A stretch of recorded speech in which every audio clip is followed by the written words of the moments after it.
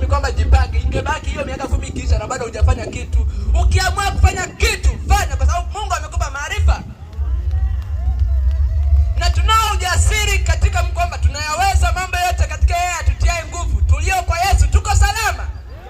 Anatupa maarifa ya kufanya yale mambo ambayo kwa akili za binadamu hayawezekani.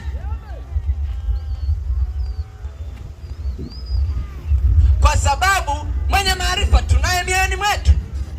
Ukimkataa huyo mwenye maarifa, usitegemee mambo yako yataenda sawa. Wachawi watakutesa.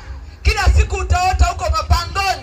Kila siku ndoto zako unatikimbiza sijui na madumu na vitu gani. Walio kwa Yesu hatunaga ndoto chafu za namna hiyo.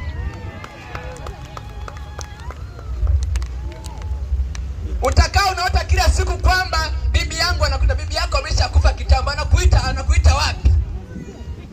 Ulishaona tunaongea na mizimu sisi? Tulio na Yesu hatuna imani za kwamba naongea na bibi au babu aliyekufa. Imekwisha huyo. Asubirie hukumu yake kama nitenda kwa wema au kwa ubaya.